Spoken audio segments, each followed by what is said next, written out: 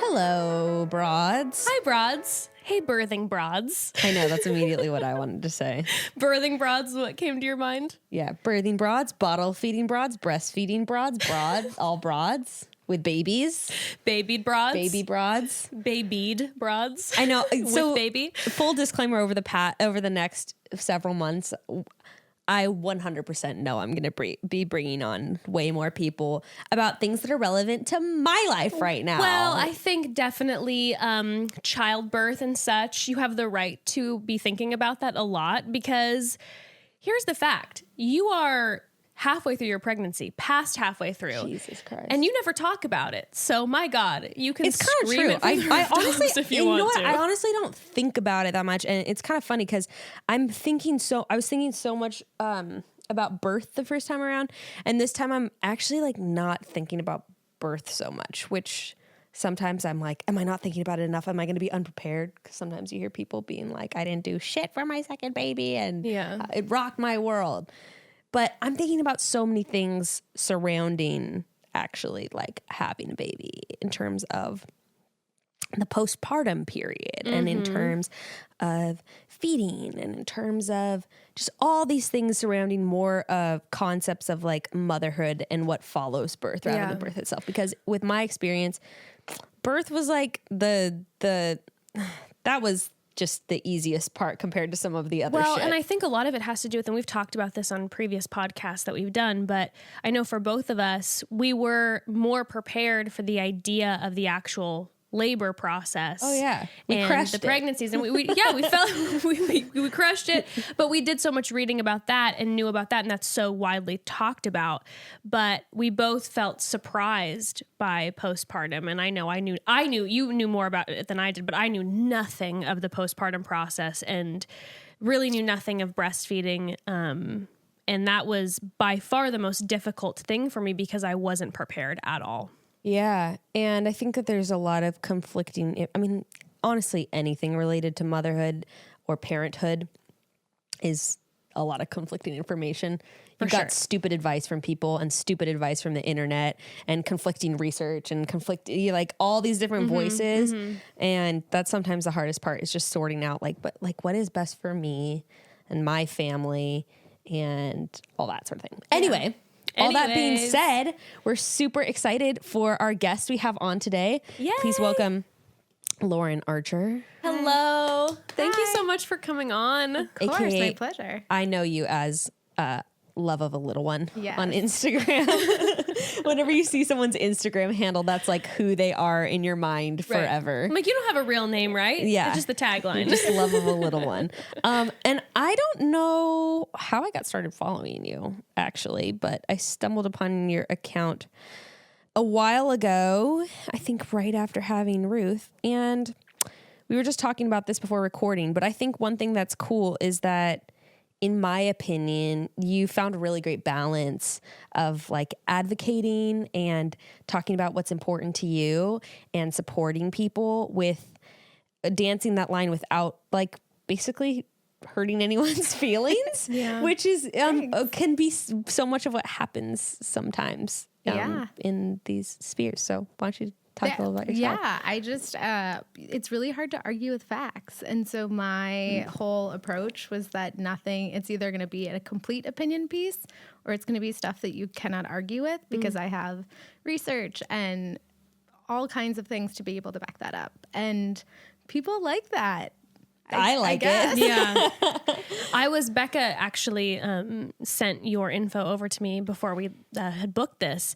And as soon as I saw your Instagram, I was like, oh my God, what I would give to have had you as someone to follow before or like during my pregnancy in hopes to prepare myself. I hear that a lot. Yeah, I'm sure you do. Because I feel like there is a lot of info out there about, the birth and the pregnancy piece. And I'm like, oh my goodness. Yeah. The aftermath. Right. Which you guys were saying, like a lot of people don't, you prepare for the marathon and then you run the marathon and that's as far as you get in your head. But then you don't realize like at the end of that marathon, someone hands you a baby and is like, good luck. Talk to you never.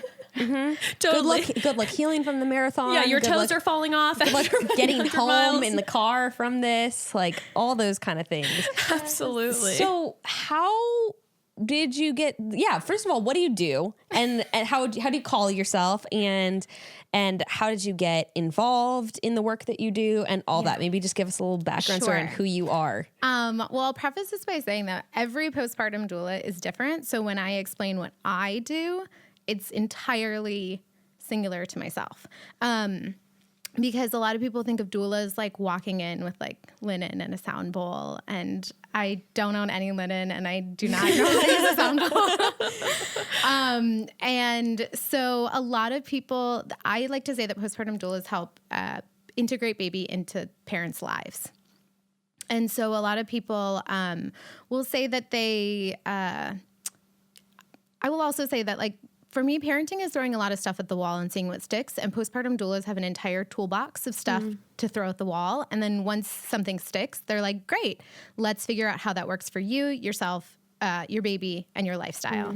And so I specifically, when I started out, was like education. Like this is you can't argue with it. Yeah. And I'm kind of a research nerd. So I was like, this is great. I love reading research and studies and all kinds of things, and then helping have that make sense for that person because it's not one size fits all. And I think a lot of people expect doulas to be this magic key to their birth or their postpartum. And the truth is a lot of my answer is I don't know and I don't care. So like, what should I do with my kid? I don't know. I don't care. Like at the end of the day, what I care about is that you care because I get to leave and you don't. Right. Right. So helping create a support system and a safety net where you feel like you are empowered to make really confident decisions in how to parent. And sometimes the confident decision is I have no idea what I'm doing, which is great. It's a valid answer. And so postpartum doula is coming in after baby is born and really, I mean, we should know things like how to diaper and how to swaddle and basic newborn behaviors and how to give a bath and all that other stuff. You would think that we should know well, that. postpartum doula should know. I will say that. Postpartum doula. No. I was just like, But we should also be able to be like, I can run you a sitz bath. I can give you a resource for a chiropractor because you're on your third body in less than 12 years. So the pain you're experiencing is not normal, nor do you have to suffer through it. And some doulas will also be like, hey, what I like to operate and what's the goal for the day? And then how do we achieve that? And if that means me taking the baby so that you can take a nap or a shower or eat or watch a show on Netflix, great, let's do that. Or if we want to get out of the house, okay, great. What does an outing look like? And I'm going to act like I'm not here because I'm not going to be here eventually. How do you define like a doula in general? Because I think a lot of people might be listening and just be like, I don't even know what that really means. And it's thrown around so much. I will say that for postpartum doula, the majority of doulas will say that they mother the mother. And I actually find that not only non-inclusive, but also really like think about what your mother does for you. I don't want to be that person. Like I'm not going to tell you what to do or tell you when to eat or do any of those things. I want to empower you, and I want to even project your desires as a mother for your child. Right. And so I really think that it's more of hopefully becoming, at least the way that I doula is to shift and become an educator into helping you make empowered decisions. A guide. Yeah.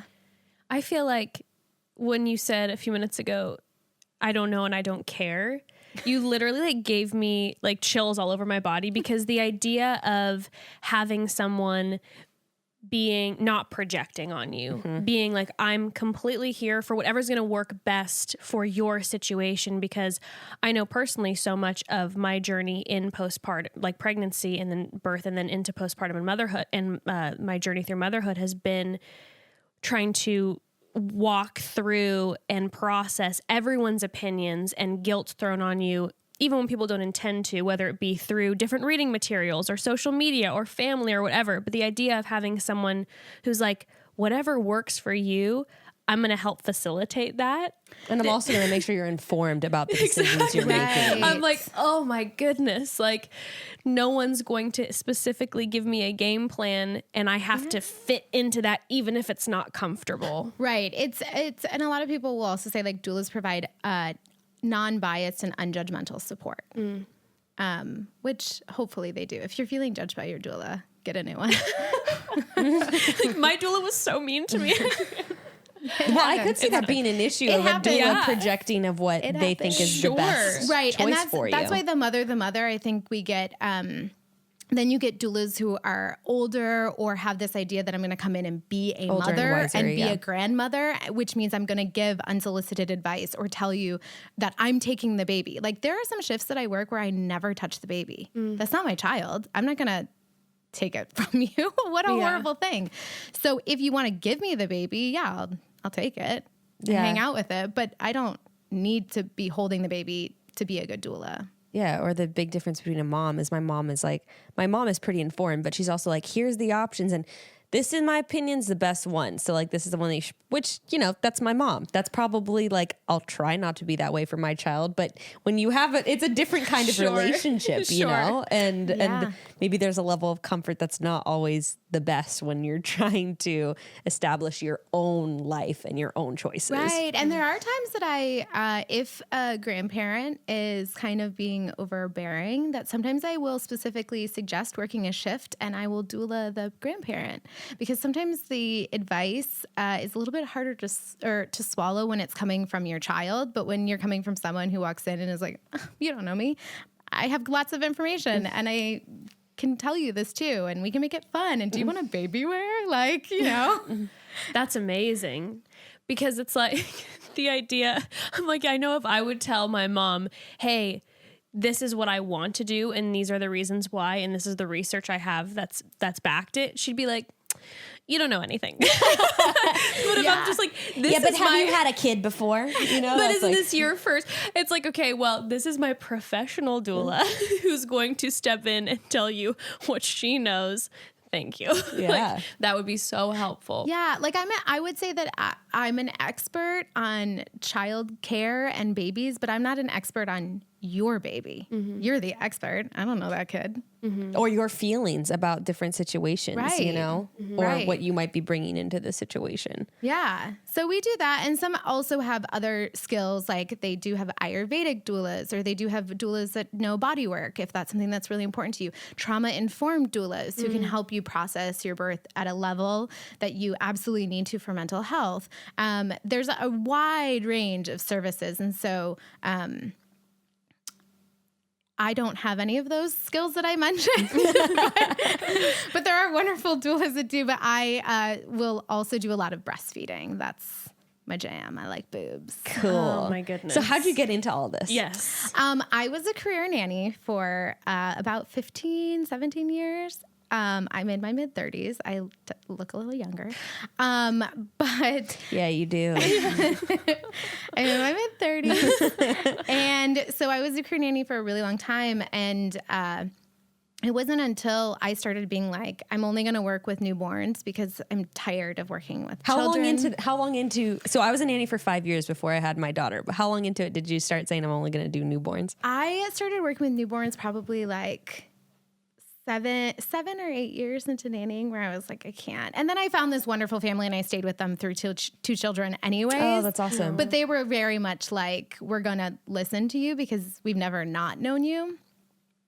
And also being a nanny in California is very hard because you get some parents that I had a family where the 6-year-old was super concerned that she was too fat and like would cry about this. And I was like, I can't do this anymore. I cannot work with other people's children. I need to be coming at it from a fresh slate.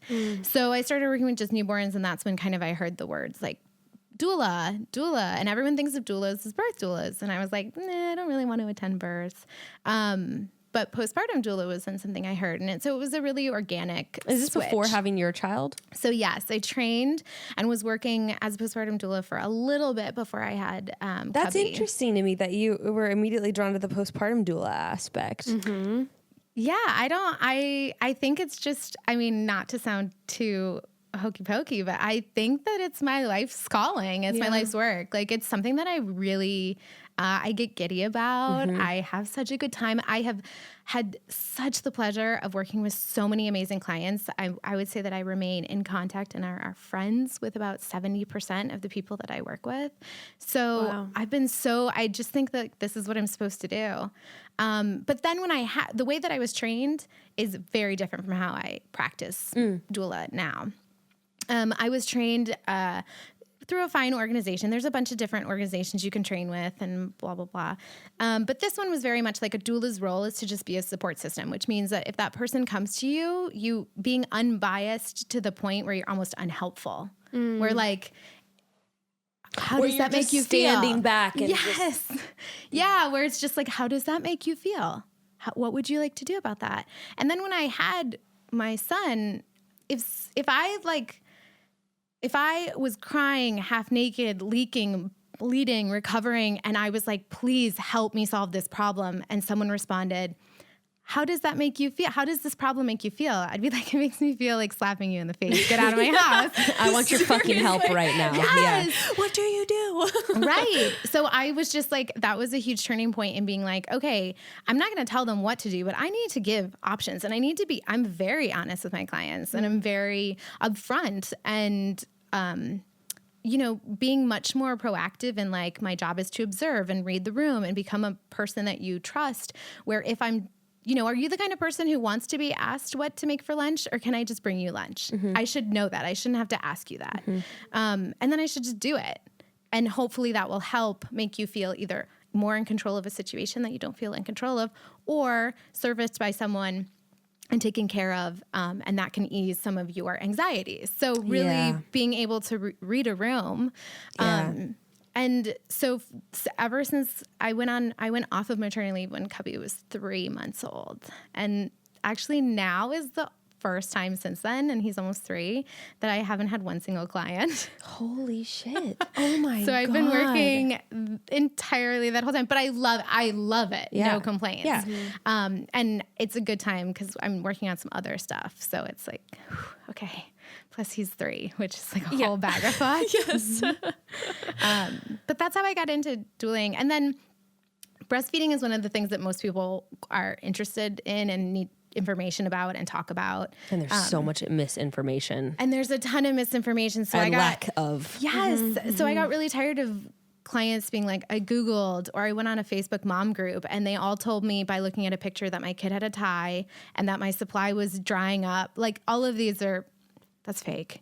Yes, your kid can have ties, but you can't diagnose it from a picture. Yes. Yeah. And so it was like, oh man, if I could just be much more proactive and I could head this off, where if you went into those mom groups, you would be that person being like, listen here, Sally, you actually can't diagnose. Please go and see an IBCLC. Go and see a trained professional.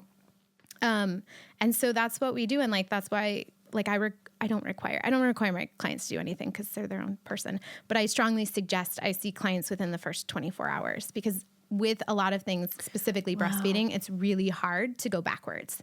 So my heart breaks when I talk to someone who is 3 or 6 months postpartum, and you start hearing their story and they're like, I ended my breastfeeding journey because of this. And in my head, I'm like, if you would have had one key piece of information, you could still be breastfeeding possibly. Yeah. Yeah. I felt super helpless, like, after giving birth, where I feel like you were saying someone was like, what do you need right now? I'd be like, I don't fucking know. Just please do something, because there's 15 different things that I need right now. And so I just need someone to cover just one of them. Like, I'm seeing that there's dust under that table right there and it's driving me nuts, but I can't just tell anyone to go sweep it because then I feel rude, and I'm hungry, but I don't want that kind of smoothie. I want that. And like, there's all these different things going on at once. And you're like, I just need someone to step in and in some ways take charge sometimes. Yeah. And so, and a lot of the things that other doulas do is like, I will do loads of laundry. I will clean the kitchen and put away the dishes. I will change sheets is a huge one. Postpartum sweating, massive. I still feel like I sweat all the time. So like sometimes I'll just be like, hey, would you like, while you're in the living room, I'm going to go ahead and take the sheets off the the bed and wash them. Is that okay? And it's usually okay. Yes, please. Or like if you're physically so unable to walk your dog, I will walk your dog around the block. Like all those little things. I'm not a maid. I'm not a repair person. I'm not going to be scrubbing toilets. But those little kinds of things, like, do you need to be doing laundry after you have a baby? No. No, you don't. And it brings me joy to fold little pieces of clothing. So I'm happy to do it. But those kinds of things are also things that doulas do. And just kind of making, like, the number one focus is that you and your baby are bonding. Yeah. Like I had a mom ask me what expectations should she have, and I was like, none. Like, don't have any. Like, eat, sleep, poop. Do if you are doing anything that your baby isn't doing, then you're not. Like, follow your baby. If they're sleeping and they're eating and they're pooping, that's great. If they get up into the laundry, then yes, that's permission for you to get up into the laundry. But like, you don't need to be doing anything more because you're freshly a new person, just like they are. Yeah. Please, broads, write that mantra across your chest. Seriously. Yes. If more people heard that. Yes. Well, I'm actually really curious to hear about what it was like for you in your postpartum phase. Yes. But before that, I have to say, so I have this ism. I have to be comfortable if I want to work well. It was also a tough deal for me in the office before a presentation or even answering emails. If I'm not comfy, my work was and I didn't shine like I know that I could during a presentation because my stinking pants would be too tight or too stiff. Or hey, speaking of moms out there, if you're a working mom needing to look professional and look sharp, but also juggling, trying to get your kids' lunches packed before running out the door for a meeting, we have a savior. They are Beta Brand's dress pant yoga pants. They are a perfect answer for the busy lady who wants to look profesh and doesn't have time to be distracted by uncomfortable clothing. They are stylish, comfortable, professional. You don't have to pick just one because Beta Brand's dress pant yoga pants are super comfy, perfectly stretchy, and stay wrinkle-free, which is a huge plus we don't talk about. You spend time ironing before work, or me, I try to hang stuff in the shower while I'm showering, thinking it's going to steam it out. Doesn't ever work. And then sitting down to drive to your office, your pants are completely wrinkled again. So that's not the case with dress pant yoga pants. They're the style of dress pants with the stretch, fit, and feel of yoga pants. And there are so many options to choose from. There are dozens of colors, patterns, cuts, and styles like boot cut, straight legs, skinny, cropped, and more. And they even have a pair with 8 pockets. And now they also offer a premium denim with the same flexibility and comfort as yoga pants. My personal favorite are the pair with 6 buttons. They have that very like mod look that I love. I have them too. They look so far from yoga pants. It's crazy, but they feel just like them. Right now, our listeners can get 20% off their first order when you go to betabrand.com/chatty. That's 20% off your first order at betabrand.com/chatty. That's spelled BETA brand, by the way. Millions of women agree that these are the most comfortable pants you'll ever wear to work. You just got to go to betabrand.com/chatty for 20% off. And speaking of comfortable, I want to literally shout about this next brand from the rooftops. It is something I'm extremely passionate about because it has changed the way I sleep, the way my husband sleeps, the way my extended family sleeps. It's the best bedding company on the planet and the most sustainable. It's Ettitude. You've probably heard about bamboo sheets, but Ettitude's Clean Bamboo is the 3rd generation of bamboo bedding technology, and it's absolutely amazing. I love them. I love my Ettitude sheets. They're feathery soft, not to mention beautiful. And organic clean bamboo is extremely breathable because it regulates your temperature to improve your quality of sleep, and it's antimicrobial. Customers have claimed that their skin's appearance improved after switching to Ettitude sheets. Read the reviews and see for yourself, seriously. Also, organic clean bamboo recycles 98% of the water it uses, so it's the most sustainable bedding available in that regard. I'm telling you, I have turned everyone on in my life to these sheets and bedding, and I get a call or text from someone always after they've started using them thanking me, and I say, hey, thank Ettitude. They changed my sleeping life too. Evan and I used to struggle in bed because he's always too hot and I'm always too cold, and now we are just right and so comfortable. Why not try Ettitude? These amazing sheets have a 30-day risk-free trial. If you're not fully satisfied, you can return your sheets for a full refund. They even cover shipping on returns. Ettitude sheets, they're as soft as silk, breathable as linen, but at the price of cotton. You're going to love them. When you support our sponsors, you support our show, and right now our listeners will get 20% off their sheet set and free shipping. Just text CHAT, that's CHAT, to 64000 64,000. The only way to get 20% off your set of Ettitude sheets and free shipping is to text CHAT to 64,000. That's CHAT to 64000. All right, Lauren. So, with your own postpartum journey, I'm so curious. Yeah. Especially because you started doing this beforehand. Yeah. Yeah. Did you feel prepared or Not supported? one lick. Yeah. No. I think that that's a huge thing that lives inside the birth world is there was so much pressure on me to know everything that I literally got trapped in the things that I tell people, like, don't get trapped in, ask for help. And Did you have support planned for yourself? no, I didn't have a birth or postpartum doula at all. And I'll tell you this, it's the only two things on the registry for a second baby if we have one. That's it. Really? Yeah, we don't need anything else. Yeah. And so I was so isolated. I was so alone. There were so many times where I was crying. I went to every single mom and parent group, like desperate. I was the first of my friends to have kids. And honestly, there's really like a lot of those relationships just do not exist anymore. Yeah. Because they were like, let's go out to dinner. And I was like, that's when the bedtime is. Or like, you know, my husband worked nights too. So he had a good chunk in the afternoon that he saw us, but that was pretty much it. And he still works nights. So predominantly for 3 years, I have done every single bedtime. And that is why Cubby does not have a bedtime. because it's whenever he's so tired, he falls asleep very quickly. But I will say I've been very proud because recently he's been telling me when he's ready to go to bed. Oh, see? So 3 years of hard work.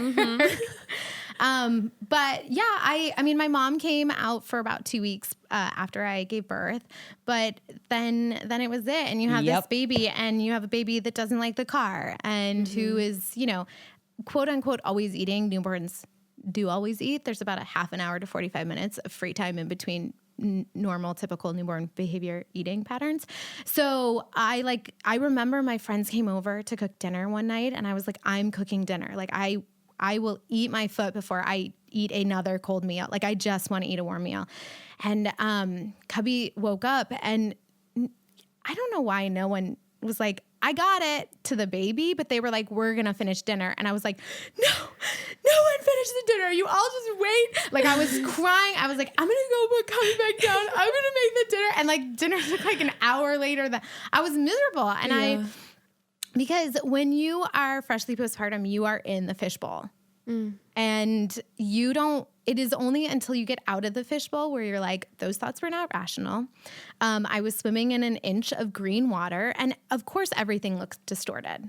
Yeah. And you don't know if you're ever going to get out. Right. So that's the part of it too. You're like, is there any other side to this, or is this just it now? Yeah. Yeah. So even you can be 100% prepared, but it wasn't my job to know everything about this baby, because I like to say that like when you have a baby, it's the ultimate blind date. Like people have told you how amazing they are. People have told you how you're going to love them. People have told you, this is the ultimate setup. And then you meet them and you're like, something isn't clicking. Like, I don't really know you. I don't know your likes and dislikes. I don't know how you feel about me. Like and people expect to be like, I know all the answers and I have all and I didn't feel like that. And I have all the answers. I have a huge network of resources, and I felt embarrassed to reach out to them.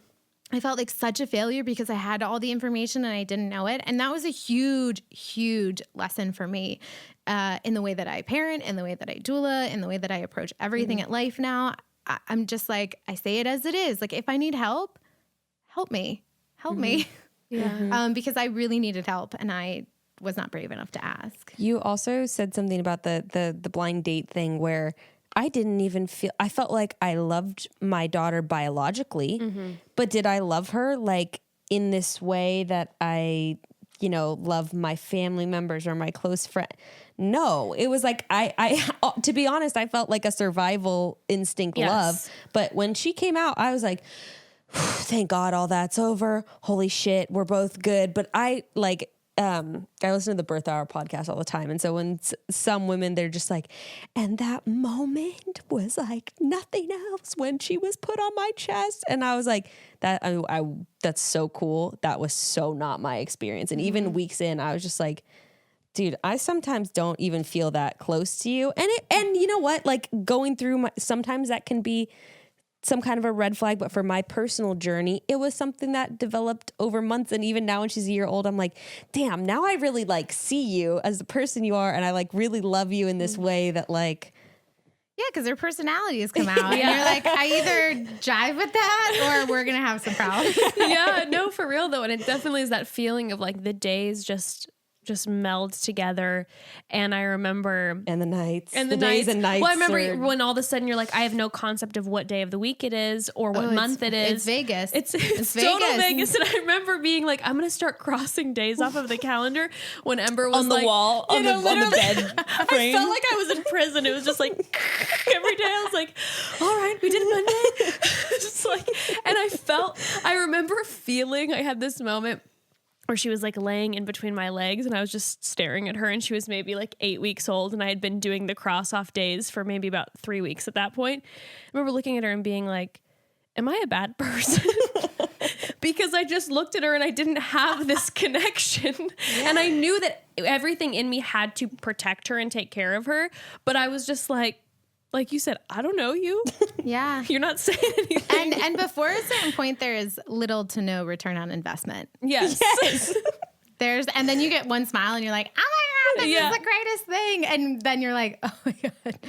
And it's something like I host a 4th trimester group in Eagle Rock. And it was one of the things that we were just talking about. Like one of the first things that we do in group is to share birth stories that people want to and open to. And it's a safe space where you can share a birth story and it not be like, but it's fine because the baby's healthy and happy. And you're like, okay. Because, your birth it's not attached to how you feel about your baby, or about how you feel about your experience. Like you can say I had a shitty experience, but I still love my baby. Like sometimes you eat food and it doesn't settle quite right, but you might go back and eat that food again. Like it's okay. And someone shared, like it wasn't, her baby was 8 weeks old and she was like, I just had that moment. And literally everyone else was like, I don't think I've had that yet. Cause we had some that were like 5 weeks and some that was like 13 days or 18 days or something. And they were just like, I'm waiting for that. And it's like, well, like it'll happen. And it's scary because, again, one of the huge misconceptions about postpartum, the word postpartum already is like very confusing to people because they connect it to postpartum depression. Right. So people say, I didn't have postpartum. Yes. And you did. If you had a baby, you are postpartum. So I'm 3 months postpartum. My mother is in her in 30s, something postpartum years. Yeah. So, you're always postpartum, and postpartum periods can even happen if you've carried a baby at any point, you can still be postpartum. And so that's a huge misconception. And it scares a lot of people. A lot of things that I actually talk about with partners where I mediate conversations with partners and birthing people is when the birthing person is like, I said this to my partner and my partner now is telling me that I have a mental problem. Like that I have depression. I'm like, great, let's unpack this and talk about this all together. Yeah. Because there are healthy thoughts that might be really weird, but then there's also thoughts that are not rational, and we do need to talk to someone, and there's a lot of people and there's a lot of help, and there's a free number, Postpartum Support International. You can go to their website and it's a free number to get mental health help. So it's not loving your baby does not mean anything. Yeah. It just might mean that, I literally, my husband was like, why are you so stressed? And I was like, I think I've nailed it. I realized, because I'm being held captive by a terrorist every day. That's like, I cannot leave, even though I'm telling this person I need space. I do move into a different room and he follows me crying and whining. And he's talking about stuff I don't care about. Like it's a constant, like, it's very stressful. It's very stressful. So a baby, when they're constantly crying and you're feeling like, is this normal? Is my milk supply? Everyone thinks that they're starving their baby. I've met 0 people who have actually been starving their baby. And then you're like, the best that I can do is go on Facebook. Like that, there has to be better options than that. Cause Oh my goodness. Yeah. And I think a lot of women, I guess I'm speaking for myself, but I think a lot of other women feel sometimes that they just need to know that what they're feeling is some variation of normal, or maybe not even that, but just like, where am I at? Because I was not so much surprised by like infant care and all that stuff. The hardest thing for me was me. And I was like, why, when I look at my 32 unread texts, I am freaking out and like about to have a panic attack? Like, why don't I want to answer the phone when my friend calls? You know, like, why am I thinking about this time that my mom gave me this gift and I was mean to her and that makes me start crying? Like, when, thinking about this thing that happened when I was 14, like, why is all of this happening?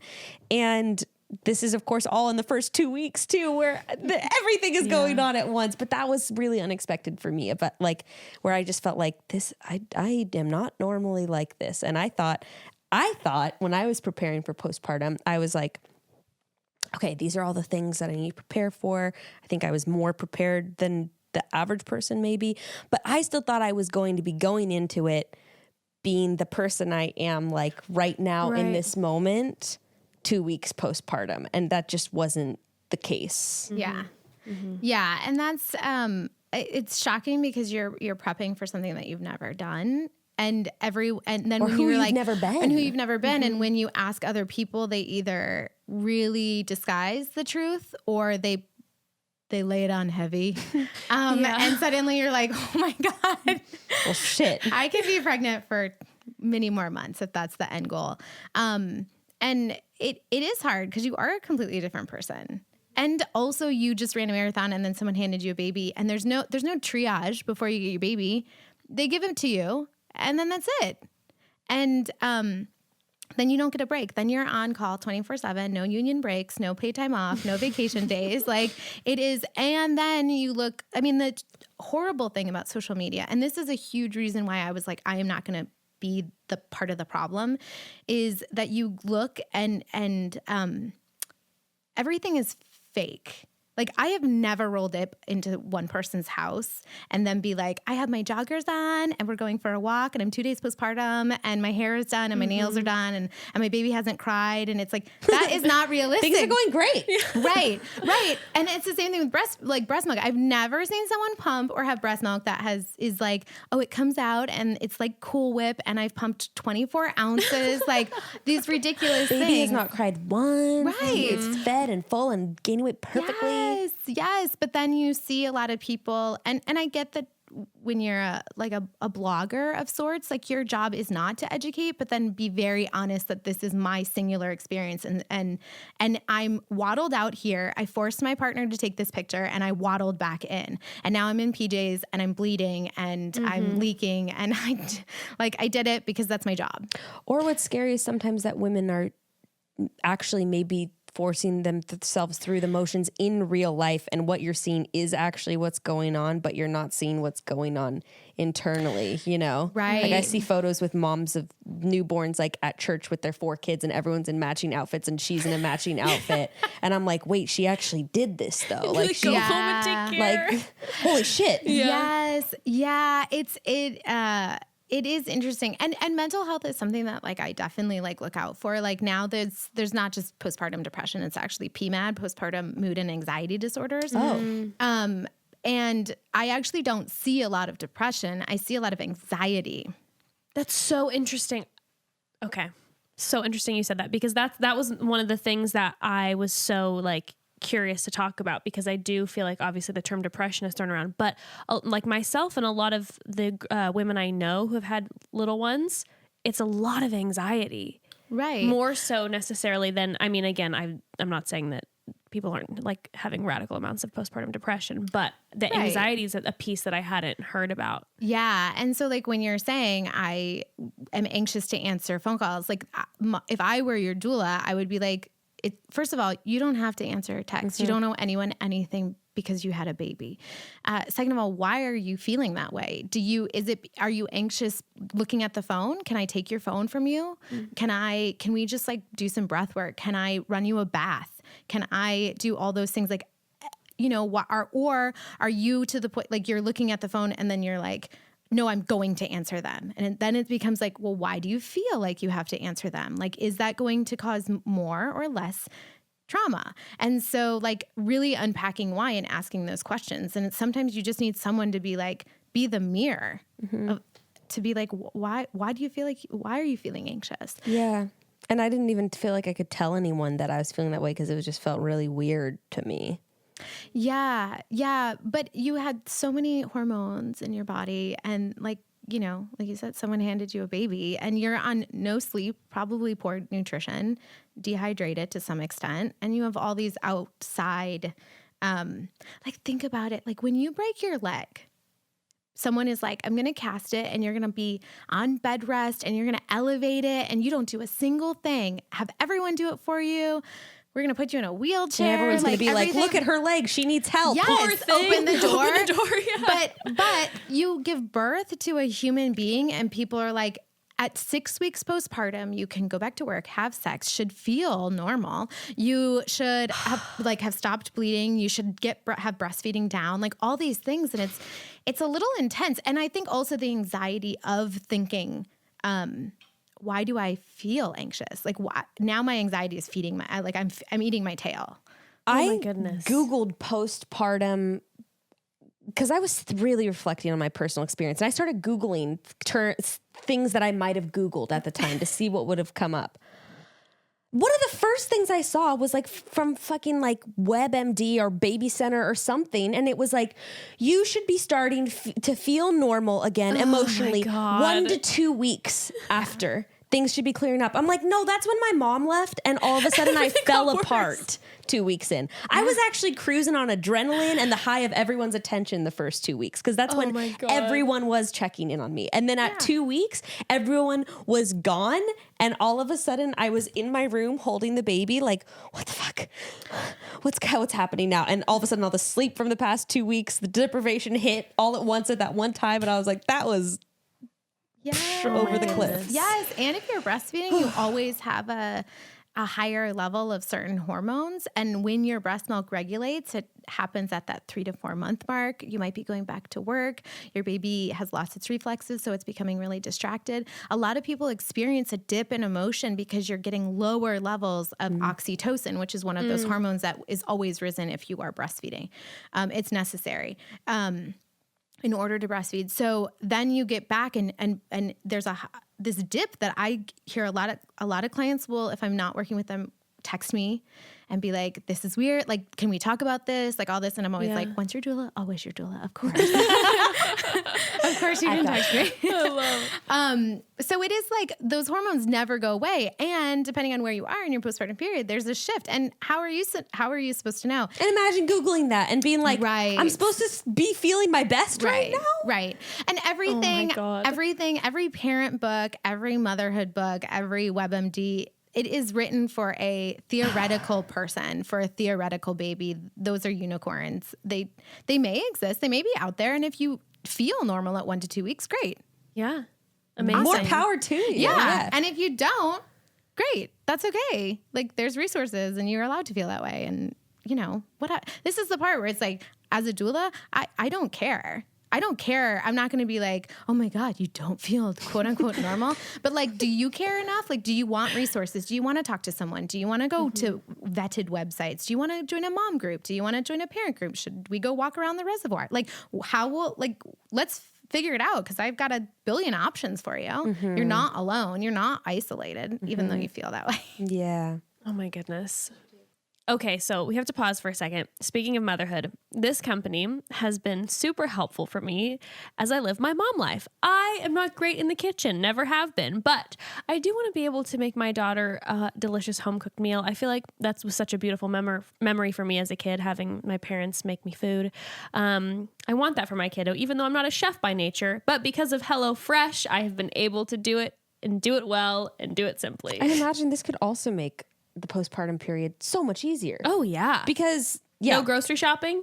No, it just comes right to your door. Yeah. HelloFresh is America's #1 meal kit. They make cooking at home fun, really easy and affordable.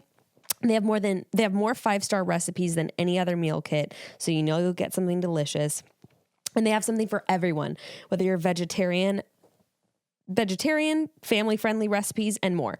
HelloFresh cuts out stressful meal planning and prepping so you can enjoy cooking and get dinner on the table in just about 30 minutes or even 20 minutes with their quick recipe options. And their pre-portioned ingredients mean there's less prep for you and less food waste. And the packaging HelloFresh uses to ship your food is almost entirely made from recyclable or already recycled content. So their carbon footprint is 25% lower than store-bought grocery-made meals. And the food is delicious. Last week, I made the burgers for the family. Oh my goodness. Dad and Ember were just so overjoyed. Also made me feel like a real badass chef. So feeling pretty good about myself now. You know what? I might as well just sign up for Bravo right now. Give me a glass of Chard. I can cook you anything. Well, they don't cook. You're more of a cook than most of them. That's so very true. With HelloFresh. Very true. I'll go into my auditions real strong. Guess what? Also, you can add extra meals or lunches to your weekly order or throw in yummy sides like desserts, garlic bread, cookie dough. Okay. And their cookie dough is insane.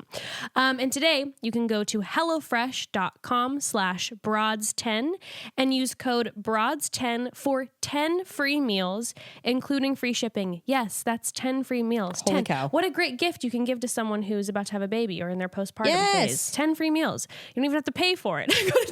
Go to hellofresh.com/broads10 and use code broads10 for 10 free meals, including free shipping. Okay, so let's just get into I'm sure there's probably a lot of moms listening who are like, well, or to-be moms, soon-to-be moms who are like, well, fuck. I know. Where the fuck does this leave me right now? So maybe you can speak a little bit to that. How do you ever work with clients who are trying to prepare for their postpartum period and breastfeeding? Do you ever talk to people before? Yeah. I mean, if I book with a client, I hold prenatals. And a lot of that is navigating, if you are choosing not to have a doula, which is fine, navigating the birthing system that you're going to be walking into, specifically hospitals. Hospitals are great, but just like anything else, sometimes they're not so great. So being able to navigate that. Breastfeeding, it's a hard one because a lot of people are like, they reach out and they're like, I'm pregnant. What can I do to have a successful breastfeeding journey? And I'm like, have a professional. Have you can hire an IBCLC or hire a postpartum doula that is proficient in lactation services. Prior to your birth, I definitely have gotten some clients who 2 weeks in, they're like, can you please come? And I know that you're a postpartum doula, but you also do lactation services. So I need help. I cannot feed my baby, or my baby's losing weight, or what does this mean? And the thing is there's not anything that you can do to prep because I don't know what your boobs are going to do. Yeah. And I don't know what your baby's going to do. And even if they do it right, that doesn't mean that you're not going to have anxiety about what is going on. Sure. So being able, and there are a ton of resources. Yeah. What about free resources if someone doesn't have the financial options? Yeah. So there are some, first of all, no one gets into doula work for the money. There's not much to be made for most of the time. LA is a little different. LA is a little different, but usually the people who are making money as a doula in LA, it's because they're like, I work 7 hours a day, 7 days a week. I cook every single meal for that entire family. They just operate differently. I usually am not longer. I'm like, I work 50 hour package is probably my popularist one. Because I don't want to work with you forever. Get a nanny, find some friends. I'll help you do that, but I'm not that person. But if you just have to ask, I go on sliding scales. I do payment plans. Not a problem. There are some nonprofits. I'm starting to work with a nonprofit. I'm going to start hosting my 4th trimester group with them. Cool. So it's just about reaching out. There are resources, and if there is not, the best option then is to reach out and be like, are there any doulas that are interested in hosting a group? I would love to be a part of that. I would love to do that. My 4th trimester group started because I was like, there's not a low cost option for groups that is actually educational. That doesn't mean I show up and then I trade poor information with the rest of the people. Like my group is moderated because my theory is you don't know what you don't know, but I do. I know what you should know. So we'll talk about it because who thinks about the pelvic floor? I do. I think about your pelvic floor. I think about it for you. So it's just about asking and connecting. Like a lot of the doula boards, there are some Facebook groups that are really good that are like find doula, find birth workers or doulas in your area, something like that. And if you are a pregnant person who cannot find a service within your price point, just put it out there. Just be like, are there any doulas that host low cost or free things? Or does anyone here know of a service that does provide it?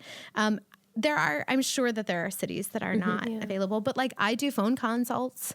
So people can call, we can FaceTime, there are virtual doulas, things like that. You just have to. That would have been really valuable for me too. Oh, for sure. Postpartum. Right. Cause sometimes all it is just one conversation. Just like, how do I get my baby on a bottle? Okay, let's talk about it. Or are my boobs doing normal things? And the thing is like, you mean like for a baby that will reject a bottle? Because I dealt with that up until 9 months. Yeah. And it was horrible. So, well, anyway, I'll talk to you later. So there are things and that's what I wanted my Instagram page to be, was like anyone can access this and it's free information. At Love of a Little One on Instagram. We'll put it in the episode notes, obviously. Because I often guinea pig myself. I don't ever give resources or things to go to that I haven't audited or been a part of or tried myself. I will, like, people kept asking me about hand expressions. So today I uploaded a video where you see my whole boob and you see hand expressing.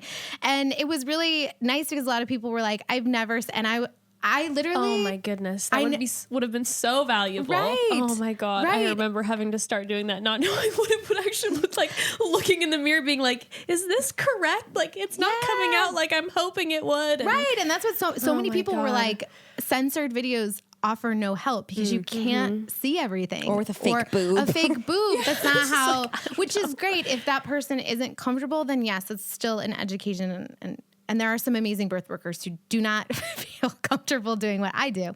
But it's just there are resources. You just have to put it out there. Like you were saying too, for like your second registry, doula is going to be one of the only things on the list. Like even when you have your first child, there are so many fucking extra things that they tell you need to be on your registry that I never used. AKA nothing. AKA like there's 10 things you need. That's it. Like basic things, especially for the first few months. And for so many people, if you put on your registry a doula or put on your registry a lactation specialist, like if you want to do that for one of your friends, that would be the best gift I feel like you could give them. Not to mention like with baby stuff, there's so much used stuff that's so fucking dirt cheap. Of course. With like baby gear. I will ask clients after I leave on the last day of leaving their service if they have anything to donate. Oh, that's great. I know that they have stuff to donate. Yes. And they want to get, you want to get out of my house. Yes. And the last time I did this, with just 2 clients, I filled up my husband's CRV entirely, like front seat, middle seat, entire trunk with 2 clients. That's it. There's a ton of waste goes into baby stuff because the thing is like a onesie, super cute, but it's not going to change the trajectory of your postpartum experience. It's not going to change the trajectory of your breastfeeding experience. A doula, an IBCLC, a support system absolutely will. And all the babies, by the way, like the majority of them, if they're born in a hospital for the first like month, they wear the white like kimonos that the hospital gives. Little pink and blue hat. Yeah, if you do a home birth, they're much more apt to be like, the baby is just going to be naked or in cloth diaper. Like Kavit didn't wear, he was in a towel for 2 days. Like, cause I was like, let air that bun out. Ember was naked for like the first 2 months. 100%. It was during the summer too, so it was so hot. But also like you were saying, Becca, too, like how inexpensive. I remember for the first like 5 or 6 months of Ember's life, the onesies that I used, I got secondhand, and I got like one onesie for I think like 25-50 cents a onesie. Yeah. And you have to wash them so often anyways. It's like, Yeah. come on. And it is, I get really frustrated when people are like, I'm so sorry I can't afford a doula. I mean, it's like, okay, cool. That $400 swing, your child will most likely not ever stay in. And if they do, they'll probably be about a 15 to 20 minute window where they're happy. That bassinet, you probably will never use it because if you're probably going to pull your baby into your bed. So like, why don't you learn from your doula soothing techniques to do instead of trying to put your kid in that swing that they don't like, or safe bed sharing practices instead of trying to force them to sleep in a bassinet that they do not want to be in. And so it's like services should always be number one. There's just so much waste. Yeah, someone asked me recently what they should get there. I don't know why do you ever get asked this question a lot? Like, what should I get my friend for the baby shower? And I was just telling, like, I just say like a house cleaner. That's a good like one. just pay for a house cleaner. Oh no, I'm like lactation specialist, like doula, house cleaner.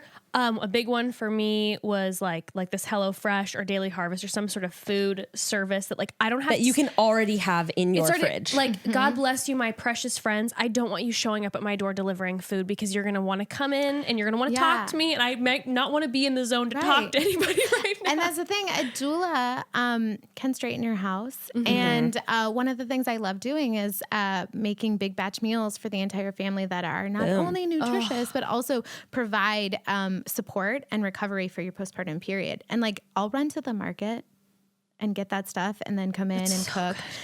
That's part of when I see people in the first 24 hours, I bring a meal that we've chosen and I take golden hour photos. And then I'm like, now let's talk about your boobs and see, like, oh my goodness. Aren't there also, when you're talking about breastfeeding resources, aren't there lactation consultant like services or groups like Leche League that you can get free, like expert information from? Yes. Leche League is amazing. So the only resources that I ever am like, please actually go to these websites is kellymom.com is incredibly beneficial. Evidence-based birth. They do sometimes talk about postpartum stuff. Breastfeeding is a part of birth. I mean, the thing is postpartum is a part of birth. Just because you had the baby doesn't mean your birth is done. You're still healing, recovering. There's a lot of stuff that happened in your birth that it's the next stage of labor. It's the next stage of labor.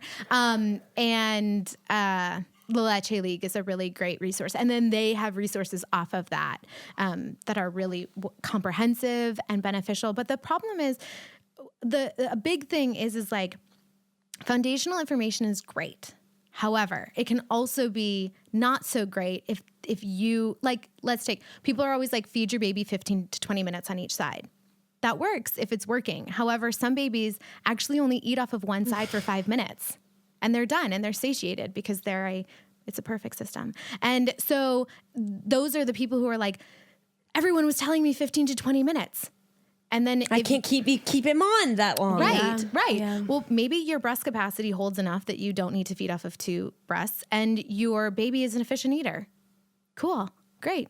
Let's move on. You've got 15 extra minutes to go and do something. What would you like to do? I had that situation happen where I was reading online and I was panicking because Ember would stay on one boob for like 30 and like 5 minutes for the other. And I'm like, I'm not. And I remember my left breast felt fine, but because of what I read, I'm like, there's something wrong because I'm not feeding enough and I'm going to get like mastitis in this. I don't know. And I was panicking. And then speaking of La Leche League, one of my mom's best friends is part of that. And she's a lactation specialist. And she came over to my house and I was like, Aunt Lizzie, please help me. Like, this one won't work. And she was like, honey, it's fine. This breast probably just produces more and this one doesn't. They're both different. They're like eyebrows, right? Not twin sisters. Yeah. It's like, it's okay. They're different. It's okay. Don't pressure. If this one feels fine, she likes the one and likes the one side for whatever reason. Exactly. It's like, it's fine. But if I hadn't have had a lactation specialist or someone come in who's professional in some capacity and tell me that, my anxiety was through the roof. And I was like, I know something's wrong. It wasn't. It's fine. Right. The internet had me paranoid. Right. And it's also like, I had one person in group who was like, she was talking about her problem that she was having for that week. And she was like, oh my God, I'm so sorry. We were talking about it for about 15, 20 minutes. And she was like, I'm so sorry. I'm taking control of the entire group. And I was like, first of all, stop apologizing. Second of all, if you have seen specialists that have not taken 15 to 20 minutes and not asked you all the questions that I've asked you, then you haven't seen the right specialist. Like, this question warrants this amount of conversation, because when someone is like, my baby won't take the breast, it's like, are they latching? What are your breasts doing? What are you doing? What are you eating? What are you drinking? How are you sleeping? What is your baby like? Have you had chiropractic care? Any other body work? Like, how was your labor? How was your baby in utero? Like, breech babies, they have a lot of issues with like torticollis because they're upside down, or there might be like transverse babies where they're like wonky neck in utero. And so those babies might have higher risk of having breastfeeding issues, which need body work. It could be like their latch is fine, but they just feel uncomfortable at the breast because they're a person. And you just need to, like, that person should be asking those questions. Yeah. Yeah. I don't mean to like shade at the hospital at all, because I had actually a very wonderful experience and the nurses were fantastic. But after I had my little one, the lactation specialist from the hospital came, and she was with me for maybe 5 minutes, and she checked Ember's latch and was like, "You're perfect." And I remember in that moment even feeling like, are you sure? Okay. And I didn't advocate for myself like I needed to, because I'm like, I know that there's something off. Something just doesn't feel right to me. And it was like cut to 2 weeks later, pediatricians scaring the shit out of me because he's like, she's losing weight like crazy. And I was like, but they told me my latch is fine. Like, I don't know. And then when I had my Aunt Lizzie, my lactation specialist, come over, she right away, and it was literally the most minute, tiny thing. She just adjusted it and it changed everything.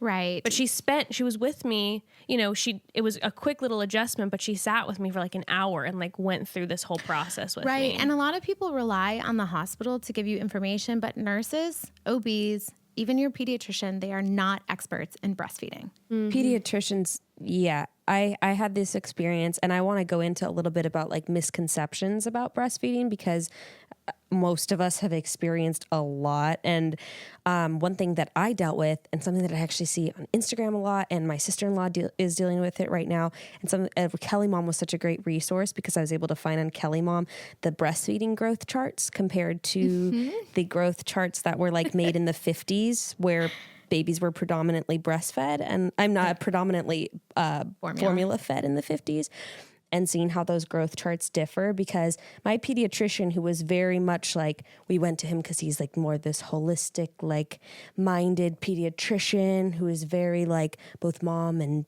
parent and baby friendly. But he was like, the weight's not like looking great, let's start supplementing. And for me, my baby literally wouldn't take a bottle. And so we tried supplementing, didn't work. So we just kind of kept breastfeeding, because in my gut, I felt like my baby's really happy and we're not having any issues, and she's hitting her milestones and all of these things. So in my gut, in my instincts, I felt like she was fine. And so we did just continue to exclusively breastfeed. And then like with my sister-in-law, she is dealing with the same thing, but she started supplementing, and then now she's really bummed out because now the baby's basically, her supply has started to dwindle. And guess what? Her baby isn't gaining any more weight on the formula. And she's like, this is bullshit. Why did I even like start doing this in the first place? So yeah, anyway, so these are some of the many frustrating experiences that can come about during these different feeding processes. Yeah, because first of all, growth charts are great, but they're kind of bullshit. It's the same one that most pediatricians will look at for formula fed, breastfed, preemie, full term, late term, supplemented. And so it's really confusing. Also, weight is cool. Like it needs to be an upward trajectory, not that you're hitting specific milestones. Because babies are born as like master caloric regulators. And so like, I don't know why we treat, and this is a lot I'm dealing with my toddler and people, but like being like, oh, you're full, eat more. Because if I say that I'm full, and I'm not going to eat the rest, people will be like, oh my God, way to listen to your body. But if a child says that they're full and they don't want any more, people are like, oh my God, you're going to go down in a weight growth chart. So true. And it is important, because it is important during a certain time period after a baby is born, because they do need to be getting a certain amount of calories, and they do need to be putting on weight. What is that survive. time period? So your baby is given about 2 weeks to get back to birth weight. It's pretty common that they'll lose about 10% of their weight. Now, again, this will be like, do they lose 10% in 2 weeks or do they lose 10% in 2 days? Obviously, if you're losing 10% in 2 days, there might be other issues as opposed to 10% in 2 weeks. Maybe that baby just had a long labor, has some other breastfeeding issues they need to sort out, like all these other things. And so did they have to be treated immediately after birth for this or that? Right. And it's really interesting because hospital policies and OB policies and pediatrician policies are very in the moment policies. Like I've had clients ask to see policies based on what nurses are telling them. And the nurse is like, oh, well, it's not actually written down. It's just something like, and so it's very frustrating because, and I do not care if you give your kid formula. Formula is life-saving. It's wonderful. Just like anything else, it can cause side effects within a child. So to be aware of what that is, but somehow, like the hospitals here, there's a hospital here in California that the nurse will literally get dinged if they do not offer formula to the client. Right. Wow. Right. Why? That's a whole other topic. So it's, I had or some will do it without even asking the parent, which is what has happened to families I know too. Yeah, which is a huge thing because formula does change the gut bacteria inside of your stomach, and it can cause a higher rate of food sensitivities and digestive issues. And also most people are like, supplement. But did your pediatrician tell you how much? No. Right. Of course they didn't. Yeah. And this is the anger that I have because what happens is, are you giving 2 ounces or 5 ounces or 10 ounces or like, are you supplementing before you're putting baby on the breast Right. or after? Yeah. Right. And the thing is supplementation is really hard because, most babies, unless medically necessary, should never consume more than 32 fluid ounces in a 24-hour period. So if you're like, my kid gets routinely 8-ounce bottles, they're most likely being overfed to a detrimental point. And also breast milk and formula digest differently. So you do have to feed larger quantities of one over the other. And like, that's important. And, so when people say supplement, they're never given how much. And then you're just like, now in my head, I'm starving my baby. My baby is going to die if I do not give. And so what happens is there's a huge pendulum swing to now you're putting your child in an equal or worse situation because you're feeding them way too much. And also, where is your mental health with that? Where's your I know I saw, actually, it was a mom from The Bachelor who was talking about like, I can't believe I didn't see the signs that he was hungry. Like, I can't believe that I was and all this stuff. And I was like, oh my God, I've felt for her so much in that moment of like this mental spiral that was happening because she was being told that what she was doing was inadequate. And that's right. And it sucks because babies are the most simplest but complex creatures. Because they're human. And a lot of their cues for things are very similar for other things. Your hunger cues are very similar to sleep cues and angry cues and frustrated cues and I'm a alien on a planet cue. And so I often tell people, like, instead of focusing on what your baby is doing, think about what they're like, look at their body, read their body. Are their hands open? Open hands means full belly. Are they relaxed? Do they have those loosey-goosey floppy bodies? Are they head back, mouth wide open, look like they just came back from a night of drinking? Like, that's a full baby. That's a happy baby. That's a happy baby. And so if they're gaining weight on any upward trajectory where there's no outlying medical reason why your baby needs to be consuming mass amounts of calories, then you're fine. Like, who cares? Your pediatrician is an expert at making your sick child well. That's it. And if your child isn't deemed sick, like I had someone who was saying that their pediatrician was so concerned and they were telling him to supplement. And I was like, and then what did he do? And they were like, then he sent me home. I was like, great. If he had that great of a concern, your child would be in the hospital right now. Right. Right. This is not a life or death situation. Right. Would be getting sent to an expert in some field. Yeah. You have enough time to call a lactation expert, book an appointment, and figure out what is going on with your baby, because your baby not growing can be a myriad of things that are are issues. And it could be something that is as simple as positioning on the breast that baby isn't able to, that then the milk transfer goes up. Go ahead. No. I don't want to segue out of the conversation because it's good. I'll ask in a second. No, just like, I mean, breastfeeding, and this is why it is really important. This is why the $200 fee that the IBCLC is going to charge is nothing. It's nothing compared to how much you're going to have to spend on formula if you don't really want to, because I know some people for like mental, emotional, all these other reasons, work reasons, are going to choose formula. No, but if you want to breastfeed, then the you're going to save a hell of a lot of money. Right. Oh my goodness. Right. And it is just, I wish people would be more honest. I wish pediatricians would be like, you know what, this is out of the scope of my understanding, but I have a really great IBCLC that works in my office. I've never met a pediatrician who has an IBCLC that works in their office, and I don't understand why. Yeah. Right. Like, you're a doctor. You're not God. You don't know everything. No one expects you to know everything. And it is horrible. And the way that babies operate within a certain amount of time after giving birth is very different than when they like, quote unquote, wake up. Like, you were in labor for 56 hours. I would expect that your baby is going to be incredibly sleepy. Therefore, they may want to sleep instead of eat. They may have a perfect latch because they're not doing anything. They're just flips around a nipple and they're not actively transferring colostrum. Also, the people who think like colostrum is not like, I don't have enough, or my milk didn't come in, or that whole thing with supplementation is I've just seen a lot of people, a lot of clients, and luckily this is something that we talk about, and we talk about in prenatals. And this is why I see my clients in the hospital right after they had their babies, is because, nurses should not be touching you without consent. They're like, that's just a full stop. And it gets me really angry because I've literally had to stop nurses from reaching and grabbing someone's breast to shove it into a baby whose mouth is not open, nor are they hungry or showing hunger cues, because that nurse has some sort of chart that she's got a box that she has to check off. Right. And like, that's not cool. Yeah. Right. And also, you can check yourself out of the hospital. It's a hotel, not a prison. So just remember that. It's the most expensive hotel you'll ever stay at. I was going to say, that is a pricey hotel. Right. Okay, Brad, so I'm going to pause, and here's the tea. I tend to live a pretty sedentary lifestyle behind a computer or phone while sitting most of the time.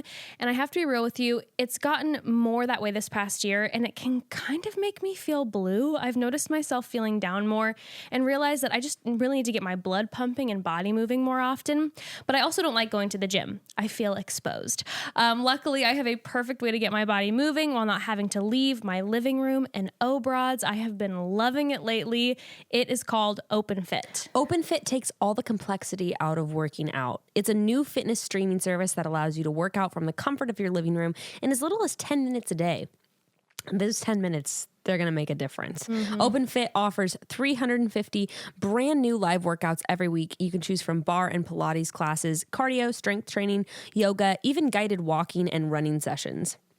All you need is your phone and a pair of headphones. And every Monday, OpenFit launches a new 3-week live challenge, a different live workout every day for 3 weeks. You can even connect with your trainer and classmates using OpenFit's live chat tool. It's really incredible, and you're going to get in those minutes of exercise to make you feel way better. Yeah, no, it really helps my mood. And the live workouts are super cool because it makes you feel like you're a part of something, a community, without having to be at the gym.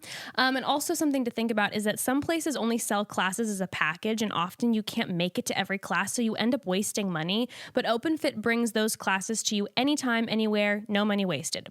OpenFit has changed the way I work out, and texting the code CHATTY to 505050, you can join us on a fitness journey personalized just for you.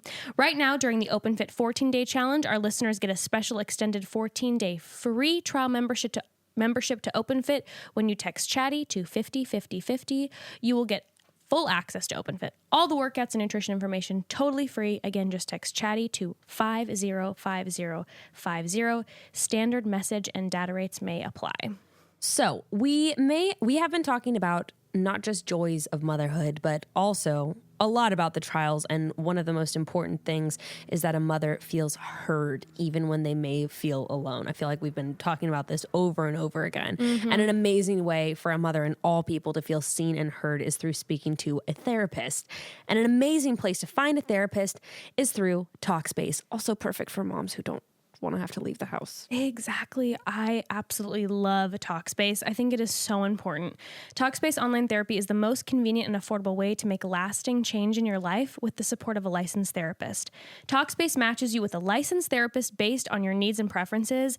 They have thousands of licensed therapists trained in over 40 specialties. So if you have something really specific you want to work on, they'll find the right person for you. And once you're matched, you can begin therapy the very same day. You can send your licensed therapist text, audio, picture, or video messages from your phone or computer whenever you need to, even if it's on the way to work. You don't have to make appointments or deal with extra commutes. Everything happens within TALKSPACE. It's a secure platform, all on your schedule. I think most people can understand the feeling of needing to talk to your therapist in that moment, and having to wait for your appointment booked a week away is so tough. TALKSPACE makes sure that you get therapy when you need it, where you need it. The bottom line is that life can be really hard, and TALKSPACE wants to give more of us the support we need at a price we can afford. And as a listener of this podcast, you can get $100 off your first month on TALKSPACE. To match with your perfect therapist, go to TALKSPACE.com or download the app. Make sure to use code CHATTY to get $100 off your first month, $100 off, and show your support for the show. That's CHATTY at TALKSPACE.com. Can we talk about two things that I hear talked a lot? Well, and also I just wanted to say that I understand why it is such an emotional topic to go over and why it's so hard. But also, like, for you mamas listening right now who may have had like the one thing off and they wanted to breastfeed and they couldn't, like, that's not any slight on you. It's actually not any reflection on you or your inadequacy. If anything, it's like, it's not your fault that you didn't have the tools and support that you needed. And that's like nothing to feel bad about. No, because we're coming from a generation that is very much like, just pop a bottle in. We don't need to like swallow your emotions, swallow your feelings, share nothing. Don't ever ask for help. And it's even just having conversations like this is really, really important, because all those people, you know, you do the best that you can as a parent in the moment. And that's all. No one's expecting you to do anything else. And yeah, I've started gauging it too. When I was thinking about, like, you know, I think some people I know people are hurt when they're hearing like, I wasn't able to give my child the very best option. I think about it like this. It's a little bit different, but I'm like, you know, the very best thing is for me to read to my child 20 minutes a day. Do I do that? No. Yeah. Like, do I think of myself less as a parent because I'm not doing the very best choices for her? Sometimes, yeah. But sometimes, yeah. But do I need to? No. Well, and here's the thing. Doulas work with formula-fed babies. Yeah. We work with surrogates. We work with adoptive. We work with same sex. We go into homes where no one is physically and biologically able to breastfeed. Like, that is not so it doesn't, at least for me, I don't have any biases toward anyone formula. I hate actually the fed is best versus breast is best. I hate that whole topic. It's education is best. Educate yourself so you can make empowered, confident decisions. If you do the research and you talk to someone beforehand and you have informed choices are best. Yes. And so, like, really, no one gives a shit if you feed your kid breast milk or formula. Were you supported? Did you have the information that you needed when you needed it? Yes. And that if you didn't, that doesn't fall on you. And I feel the same way about deliveries as well. Informed decisions are best. Whatever version of childbirth is best for you or that is necessary in the moment, like, you know, so long as you're educated, and that's the best that you can do. Because everyone's safe space is different. And you can't tell someone that they're going to be better off at home or in a birthing center or in a hospital. Unfortunately, though, like, so much information in the moment when you need it most isn't there. Right. I wanted to ask you about two topics that are like kind of hot button. One is just like, one is just like about pain during breastfeeding. And I know a lot of women have questions about that. Like, is it supposed to hurt? Is this something that's supposed to toughen up to? And then also milk supply, because I hear that cited a lot as a reason why. And I was wondering if you could illuminate some information for both of these. Yeah. Pain during breastfeeding is common, but not normal. Just because something is normal doesn't mean that it should be, or common doesn't mean that it should be happening. Also, usually people who are birthing babies are of a disposition that we need to swallow our pain and we need to not be so like, just deal with it. This is a part of it. And so I say that there's a very fine line between pain and being uncomfortable, and you have to decide. It's your job to tell me, are you in pain or are you feeling uncomfortable? It is very uncomfortable for someone to be sucking on your nipple for 20 minutes and then switching for 20 minutes and then coming back for after an hour and doing it again. Or sometimes cluster feeding at 11 p.m. For 3 hours. So like even if you're, most people have not experienced that kind of wear and tear on that specific body part. So the first couple days, yes, the pain is much more prevalent in the first couple days, couple weeks.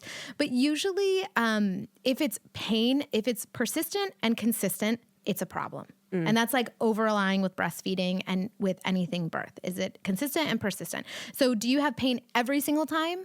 And has this been going on for weeks? If the answer is yes, then to me, that's an orange or red flag, depending on what else is happening with the baby. Or if you're dreading, I know some people are like, I was just quaking waiting for the next feed in fear. Right. So there are again, seeing a lactation specialist where they might be like, oh, there is a physical issue. Your baby is not latching properly. This can be, here are your options and here's how we resolve it.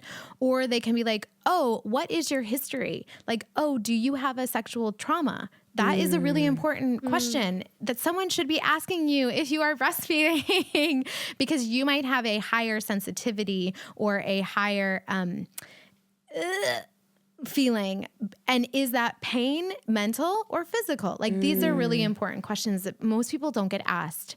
But like I had a friend who is a survivor, and breastfeeding was very traumatic from her. And she really was like, I felt like I was in pain until someone really unpacked this for me and then was like, oh, I'm not physically in pain. Wow. I'm just feeling like it's triggering for me. This is incredibly triggering. And she breastfed her daughter for several years. So wow. She was able to walk through that and get help and resources and everything. But that's important. Uncomfortable. I even feel uncomfortable sometimes still breastfeeding at 3 years postpartum. Pregnant and breastfeeding, uncomfortable all the time. Also the nipple twiddling. It's not even her sucking. It's her pulling on my other nipple with her little fingernails like this. What the fuck is that? My son, she's trying to elicit milk flow. It's a common... Oh, I know. You're but just I'm like, stop. Well, it's funny because before she would hit and do that, but then with the specific when she gets with her little fingernails and is going like I this didn't know with that elicits milk flow. Yeah, so that's baby's... Well, that's what they're trying to do. That's baby's instinctual... They're like tuning you up, like a radio on the other side. Like, yeah, they're stimulating. Oh, wow. It's really common. A lot of people be like, oh my gosh, my baby keeps hitting me. They must be starving, or they must not like my milk, or they must not like me. And I'm like, no, they're doing millennia-old instinctual patterns, which is trying to elicit letdowns, which a letdown is the reflex that causes milk to flow through the milk duct. They're like, no, your baby loves your milk. They're like, Mom. Yeah. They're like, get it flowing. until they get to be toddlers, and then they're just annoying jerks that are like, doing anything to bug you. My son digs his chin into my breast, and I'm like, get out of here. And he thinks it's so funny. Or the gymnastics at night where it's like, I'm going to put now my legs on your neck and go in a circle around. Gymnastics. That's what people call it, gymnastics. I love that. Oh my gosh. And then milk supply, it's a really interesting thing because boobs are all different. So you have to go in with the understanding that you have a certain number of milk ducts in your breasts. They're different, most likely, between both breasts. Most people have a breast that outperforms, and most people has a breast that underperforms compared to the breast that outperforms. I had a mom who called it her shitty titty, and I just really like that. Super common because, again, they're not clones. They're not, they're sometimes they're distant cousins. Let's be honest. Also, how much milk you can hold inside of a milk duct, the capacity of the milk duct. Unless I looked at your milk duct in my hand, which would mean very sketchy things are going on, I really couldn't tell you exactly how much your capacity to hold is. So we use, my friend Julie, she's wonderful. She's actually the IBCLC I work with. She's also a speech pathologist. She's amazing. She always says that this is the first generation that can quantify milk supply before you fed your baby. This idea that we need to have a stash is horrific. It really trips a lot of people up. It causes a lot of issues. It causes a lot of negative feelings that then stress inhibits milk flow. So if you're stressed about making milk, you're not going to make milk. Also, the only thing that will make more milk is releasing milk. People on the Facebook, these mom blogs or stuff is like, you can drink all the water you want and you can take all the supplements and you can eat all the frickin' oats and spinach or any other galactagogue that there is. But if you do not release milk, you cannot make milk. Your body, if you don't release milk, your body absorbs it and then remembers that and doesn't make that much milk the next time. Also, nothing's going to extract milk like the baby's going to. So a pump is not going to extract or stimulate milk supply like a baby is. Yeah, unless there is a medical issue where baby is not transferring properly, baby always will outperform a breast pump. And it's going to outstimulate. I mean, I remember sitting with a pump being like, why am I not letting down right now? Yeah. And then you have baby on and you're like, boom, boom, waterfall. Yes. For sure. Oh no, I can't remember how many times I literally, because I used to breastfeed with my pump in front of the mirror. Just sit in front of the mirror with my pump on. And I remember that two of my friends who had given birth around the same time had a very intense supply, and they were like very proud of the fact that they had a freezer full of tons of milk, and they were like, you need to do this. And so I had like 2 bags at any given time. I had like none because I just had like the right amount for my daughter, and I wasn't able, the pump did not, I would get literally drops out, and I can't tell you how many times I'd sit in front of the mirror because I love watching myself crying at myself, being like, nothing's coming out, like I'm a bad mother, like, whatever, assuming that I needed to have this freezer full of milk. Right. So when you give birth to a baby, the hormones in your body produce milk on a schedule that is, I don't know whether you had one baby or you had a whole litter. And so your body does regulate. Wow. Typically, it happens at 3 to 4 months. For some people, though, their body clicks in earlier. For some, it clicks in later. And it's your body becoming more efficient. Like people who are like, I'm pumping X, like these, I always say X because I never want to quantify anything, but large amounts of milk. I'm like, it sounds like you have an oversupply, and that can lead to issues. Be a hindrance, yeah. It can lead to issues like clogged ducts or mastitis, which is an infection in the breast. A normal pump for an in-between feeding is 0.5 to 1.5 ounces total. That could be like a quarter of an ounce on each breast, which when you are pumping into an 8-ounce bottle looks like drops. And people are like, I'm pumping 3 ounces for in between feedings and I don't have enough. You're like, that's amazing. That's a literal oversupply. That is an oversupply. That is almost triple what is a medium typical output for an in between feeding pump. So triple that is an oversupply. And if you have a legitimate oversupply and you continue to pump and pump and pump and pump, what you're doing is you're telling your body to make more milk than it should be making, thus leading to a lot of issues. I know some people who start pumping after like almost every feed right when they give birth. Right. And I'm like, your body's going to think you have twins. Right. And your body already does think that you have more than one baby. And it's going to keep thinking you have twins. Yeah. So it's milk supply is really interesting. You can, and I will, for people who are like, I had a baby and we're kind of giving up breastfeeding because I don't think this is possible. It still is possible. You can absolutely lactate without ever having given birth to a baby. You just have to find a care provider who can lead you down the correct path.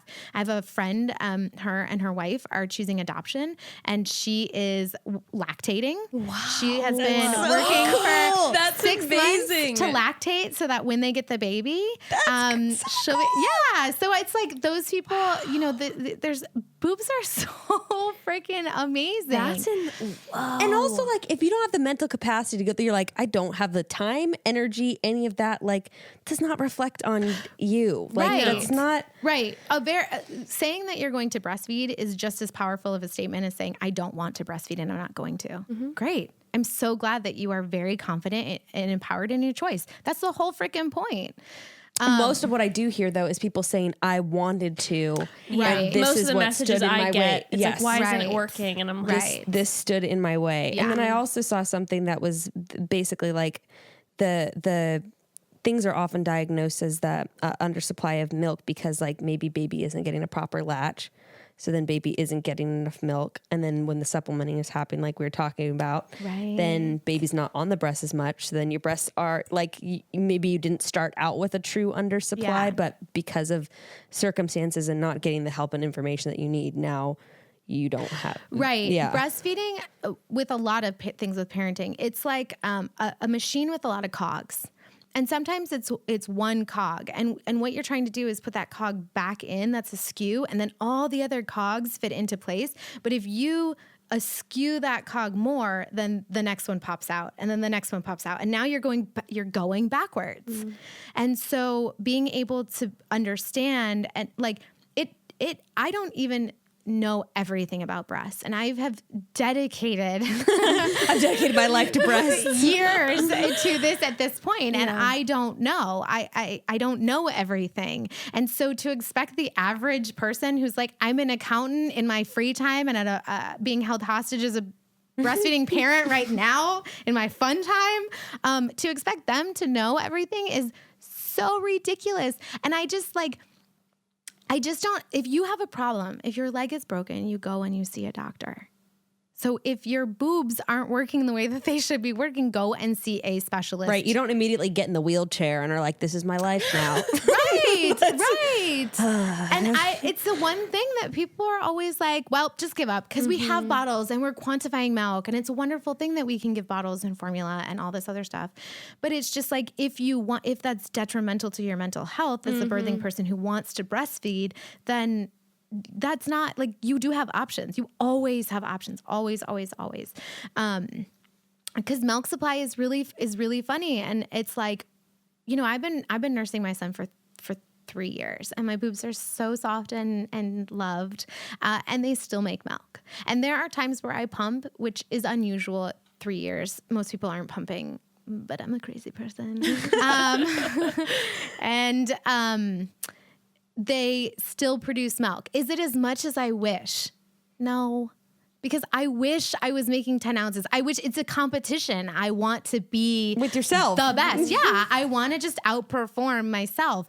But I don't. But every drop is so magical and so special and should be celebrated. And it's like, if you understand how milk supplies work, then most milk supplies don't dry up in a day, and they don't dry up in 2 days. And things also like pace feeding, if you do need to supplement or do want to give your baby a bottle, is super important. And a lot of people don't even know what pace feeding is. But Never heard of it. Me either. perfect.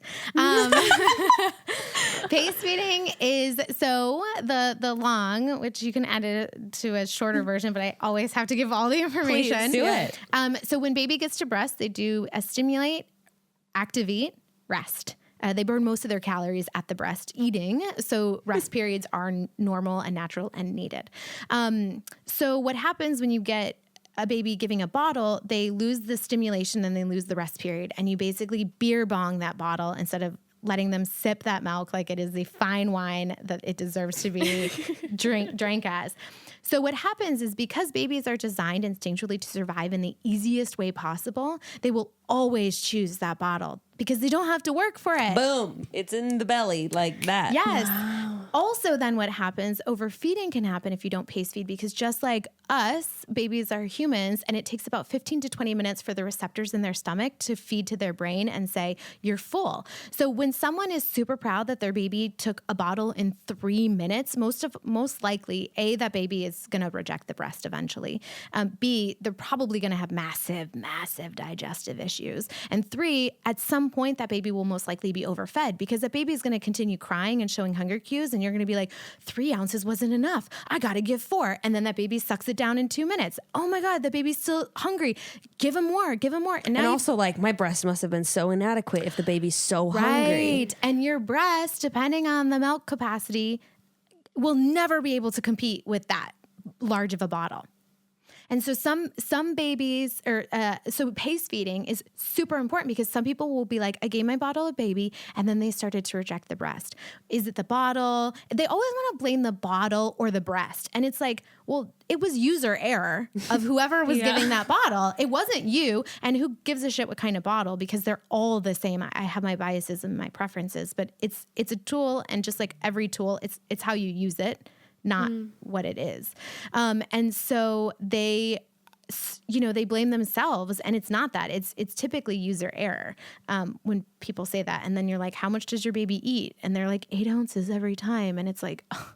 And they have reflux, and they have food sensitivities, and they have digestive issues, and they don't sleep well, and they're always crying and grumpy. Of course, it all stems from the one cog that needs to be put back into place.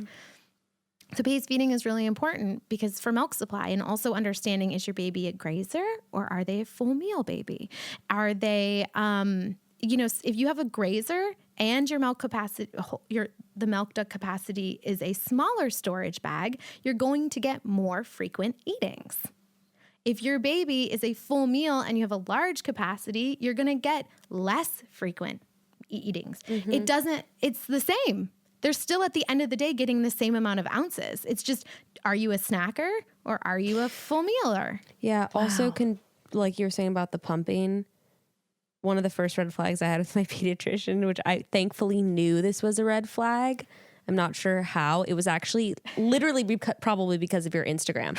But he said, well, when we were looking at her weight, he said, how much do you get when you pump? And I immediately knew, seriously, because of your Instagram, I was like, that's not an indicator of how much baby is getting. Nice. Which I actually didn't say because I'm a pussy, but I was like silently judging, like, I'm not going to listen to anything you say about breastfeeding now. I was like, right. The only time I ask about how much are you pumping is if baby is losing weight, having latch issues, and there are other red flags. Because then with the how much are you pumping, I have questions like, when? Was it right after baby ate? Right. When? Do you have thyroid issues? Did you lose copious amounts of blood during labor? Like all of these, you need blood to make milk. So if you lost a ton of blood in your labor and you did not get a transfusion, you have a higher chance of having breastfeeding issues, supply issues, because you can't make milk without blood. If you have a thyroid issue that's diagnosed but your levels are off, or undiagnosed, the thyroid controls milk production. So if your thyroid isn't working right, you're going to have milk production issues. Again, I've never had anyone be like, my pediatrician asked what my labor and delivery was like, and do I have a thyroid? They just said, supplement, your baby isn't getting enough. Yeah. And pumping is some people never. I had a friend who she never picked up the pump once, and she would hand express full bottles, whatever that means. I don't mean a full bottle, a full feed in a bottle for her child. Anytime her baby needed a bottle. Cool. Because she was like, I sit down at a pump and I get nothing, but then I hand express and I get a full feed. And it works because different strokes for different folks, yo. Like, there's just like, I think actually following your Instagram is a great place to start, because there was even stuff like around the 4 month mark when my boobs weren't Pam Anderson tits anymore. I was all of a sudden like, she's starving. Yeah. Right. And I remember there was one night where she was continuing to feed, and I don't know why I got it in my head that she wasn't getting food. And I was just like, she's not getting enough. Crying into her hair. I was just like, something's happening. My milk's drying up. And then I was like, oh, wait, no, it's my milk regulating, because I'm not just squirting milk everywhere anymore or leaking all over myself all night. Yes. So that means that I have the right amount of milk. Blessing. No more squirting. But I didn't know that. Right. No one told me that about my milk supply regulating. Everyone wants to be engorged, and engorgement is a symptom of a potential problem. It's not a goal. Your goal should never be engorgement. That is your milk ducts being filled past capacity. To a painful point. To a painful point. And everyone is like, oh my God, I'm not engorged or leaking anymore. I'm not making milk. Okay, squeeze your boob. If milk is coming out, you're making milk. Like you're making milk. Yeah, or I don't get letdowns anymore at a year. I haven't felt a letdown in months. And some people will never do. It's not indicative.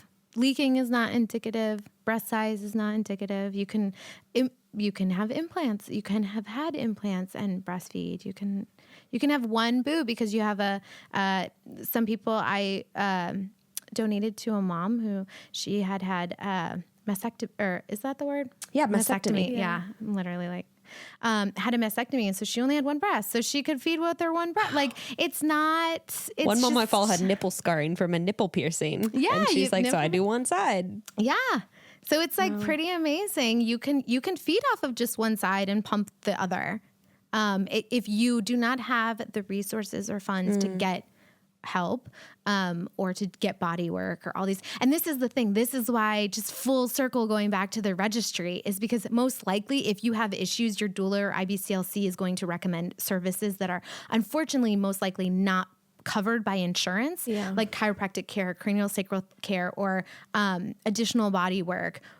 And it's just, or other types of, you need a nipple shield. Those are $12 each time. Or go buy a haka. Okay, that's $20 right there. Like all these things. And it's like, well, how are those onesies treating you now? Like, it's just like, that idea of doulas on registry, it will trickle down to other services that you need as well. Yeah. Also, it's just thinking about how cultures used to operate, and like, we're going to have very high percentages of people breastfeeding successfully, but also living in communities where you're surrounded by mothers, aunts, sisters. And we are in a generation, which I think this is where the breast is best thing came about in the first place, because our grandmothers or our mothers, there was a whole generation where the majority of people were formula feeding. Correct. So then that's actually a whole generation's almost skipped with knowledge of how to fix breastfeeding issues. Right. So we don't naturally have the community around, and we're just not as connected anymore to have people to just help, to somebody to say, this is what could be going wrong. And that's where helping. And here's the thing. I see a lot of people, because I'm a huge advocate for donor milk.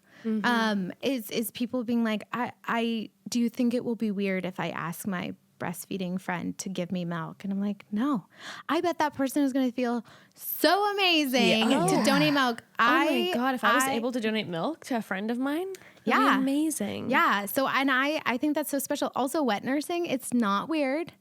I met my best friend, my best friend, because I wet nursed her baby at a support group, and we known each other 20 minutes. That's so cool. And it's not weird. Like for her, I was like, I know you don't know me, but I'll feed your baby. And she was like, oh my God, thank God, because her baby had undiagnosed ties. But where I was in my journey, I had enough of a milk flow that I didn't even notice the ties. Also, for one time, it wouldn't have been a problem. So lean on your support system. Like if you are having a milk flow issue, maybe your friend can feed your baby for a couple of days while you figure it out. And it's like, I love that. Yeah. Even I was at the beach with friends, and thankfully it was my like fellow weird hippie friends. So she was like 8 weeks postpartum, and she was playing with her boyfriend in the ocean, and her baby was crying. And I was like, I know that I don't have to ask, and I can just feed, rein in. And it was just a really sweet moment, because it was like, could just step in and just help. Because that's how communities used to work. You didn't pump, and you didn't have 1,000 ounces in your fridge. You left your kid with someone who could feed them. Right. And I will say that wet nursing does have, in the United States, has a horrible history that background. I want to recognize that for Black people, it is a very traumatic history, and I think that we do need to talk about that. It's not something to take lightly, right? or gloss over. Right. But it can, we can have that conversation, and we can be recognizing, that story and the importance of recognizing it. But we can also have mutually beneficial relationships between people we love to help each other. Yes. Yes. Agreed. Yeah. That's why no one should force you to feed their child instead of feeding yours. Yes.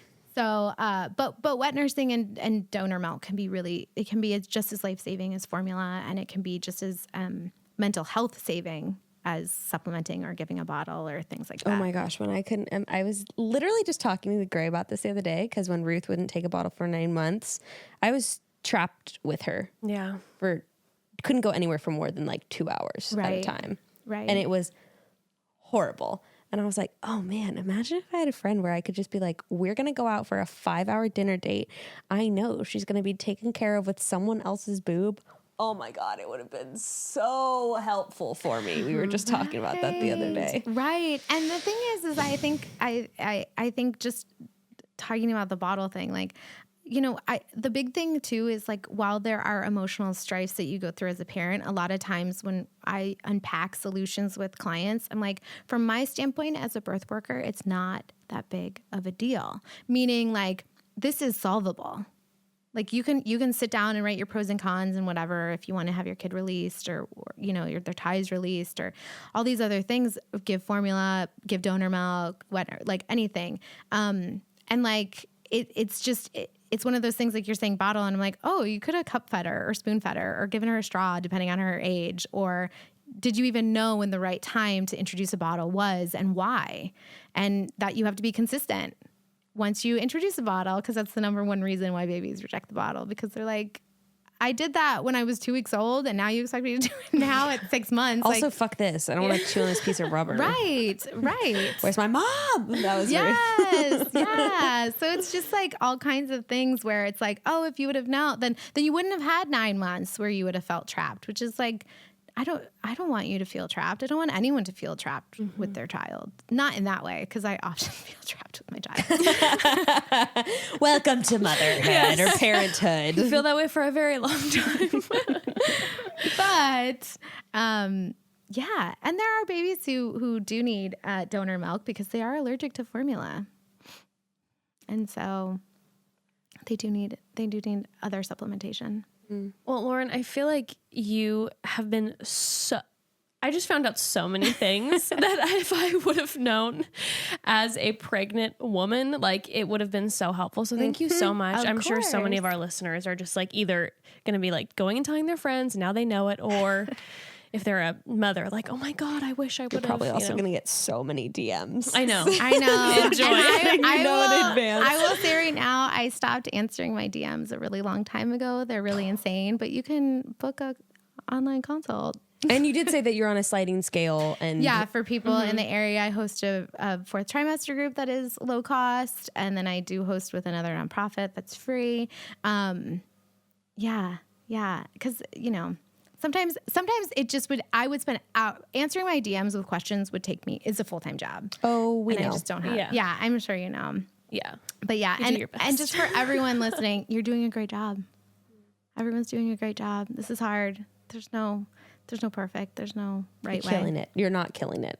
You're killing it. You're not killing your child. You're doing a good job. Yes. You're an amazing parent. So thank you so much. Thank we'll put you. all the info about Yeah. Lauren in our episode. And if you have notes. any other like resources that you think of, we'll add them to the episode notes too. So definitely anyone who's interested in this info, check out the episode notes and check out Lauren's page. Thank you, Lauren. Thank all right, you. broads. Chat soon. Chat soon. Bye, birthing broads. Bye, baby broads. Bye, boob broads.